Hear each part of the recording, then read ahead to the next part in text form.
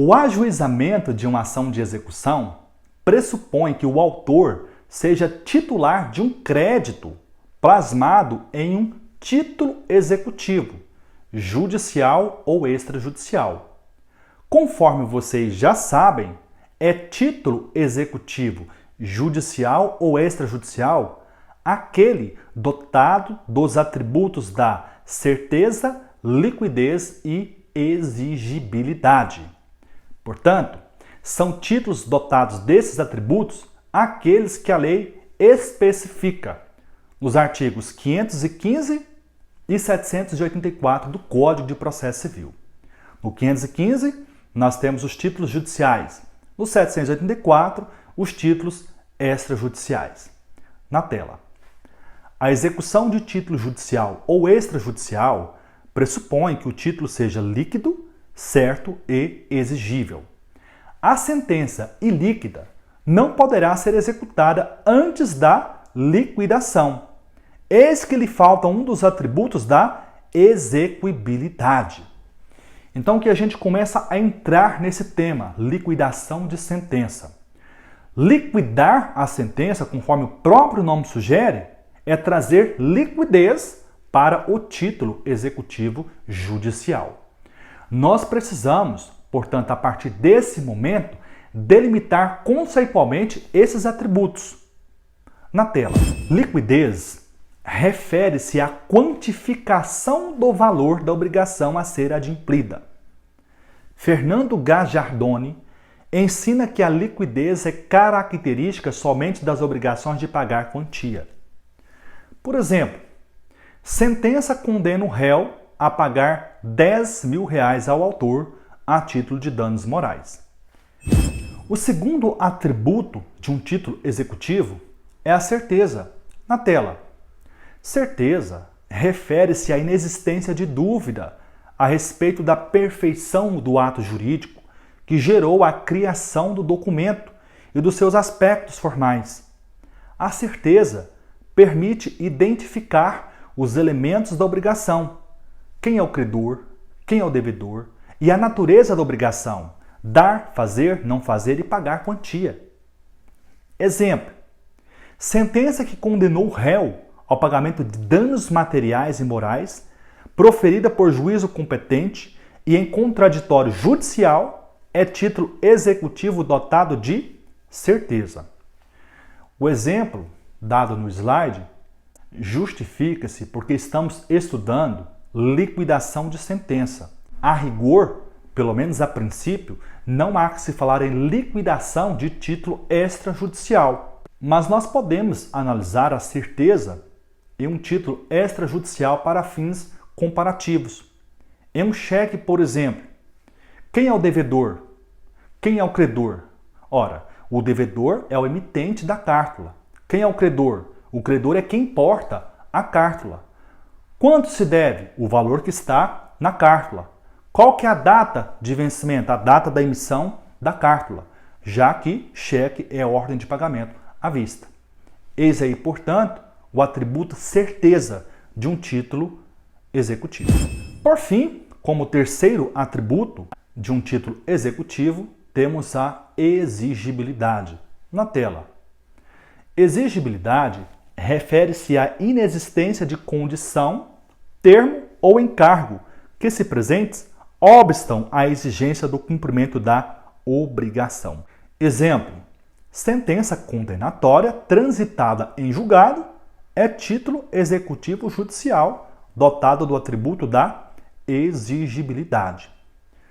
Nós ainda vamos estudar que a sentença condenatória não transitada em julgado pode ser cumprida provisoriamente, desde que o recurso que desafiou essa sentença, no caso a apelação, tenha sido recebido tão somente no efeito devolutivo.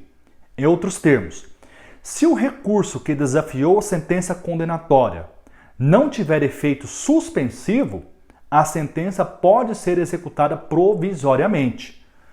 Porém, para o nosso exemplo, a exigibilidade ela é indene de dúvidas quando a sentença transita em julgado.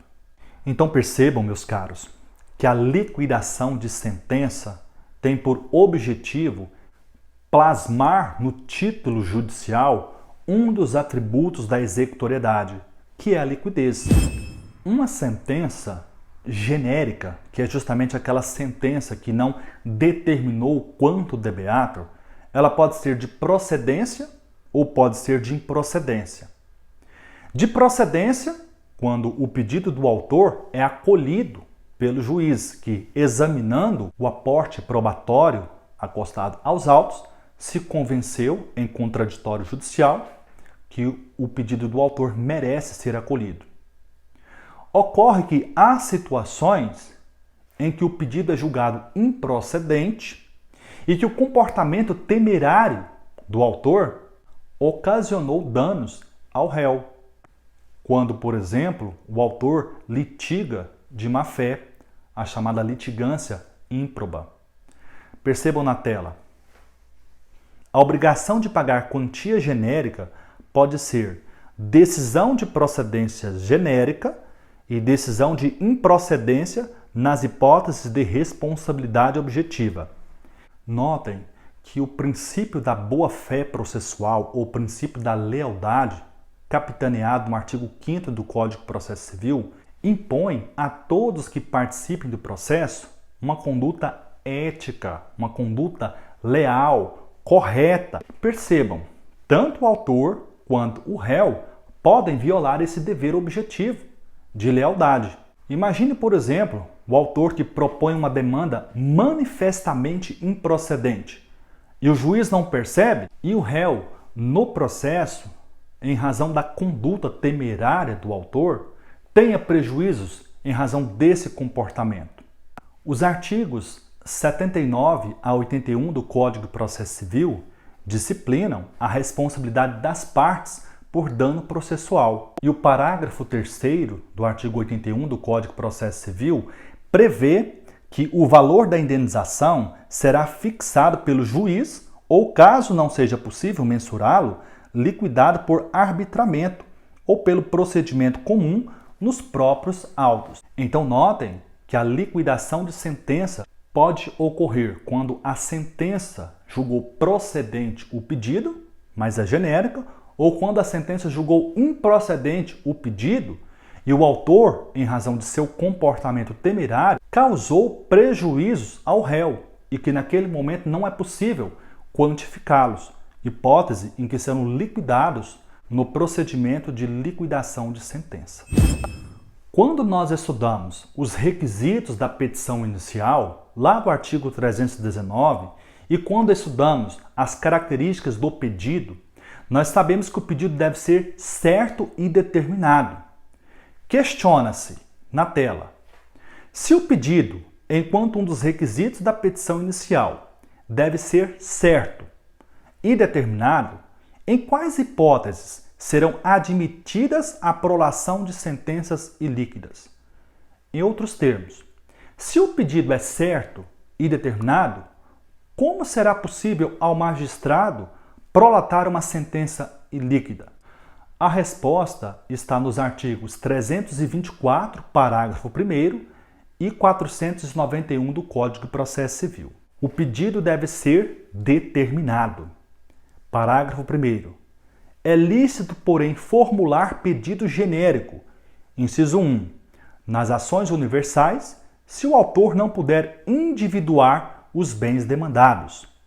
Por exemplo, na ação de petição de herança. Inciso 2, quando não for possível determinar, desde logo, as consequências do ato ou do fato. Por exemplo, ações de indenização decorrente de acidente de trânsito.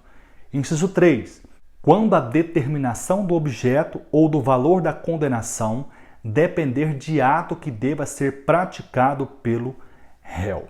Por exemplo, nas sentenças que condenam o réu à obrigação de fazer ou não fazer, o réu não cumpre ou cumpre parcialmente e o juiz, a requerimento do autor, converte a obrigação em perdas e danos.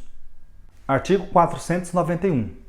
Na ação relativa à obrigação de pagar quantia, ainda que formulado pedido genérico, a decisão definirá desde logo a extensão da obrigação, o índice de correção monetária, a taxa de juros, o termo inicial de ambos e a periodicidade da capitalização dos juros, se for o caso, salvo quando. Percebam, pelo caput do artigo 491, a regra é: a sentença deve sempre, na medida do possível, ser líquida.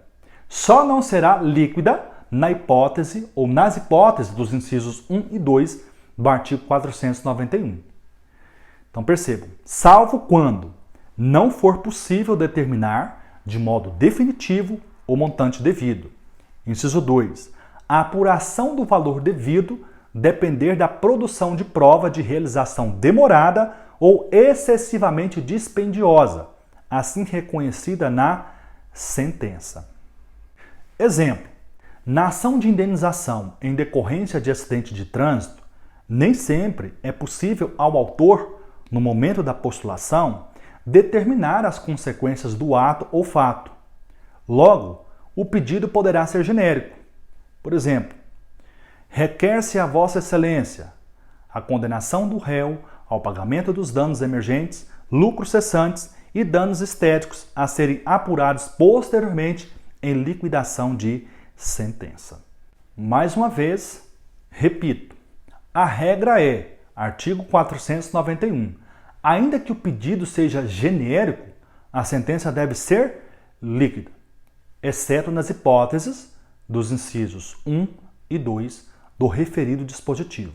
Notem, portanto, que a liquidação de sentença só será um procedimento entre o processo de conhecimento e o cumprimento de sentença se, eventualmente, a sentença proferida na fase de conhecimento for uma sentença ilíquida. Perceba na tela. Você tem um processo de conhecimento. O processo de conhecimento teve uma sentença líquida. Passa pela liquidação de sentença e, na sequência, o cumprimento de sentença. Notem que se a sentença for líquida, não haverá, evidentemente, a fase de liquidação de sentença. Uma questão se impõe. O juiz prolata uma sentença ilíquida. Publica, intima o autor e intima o réu.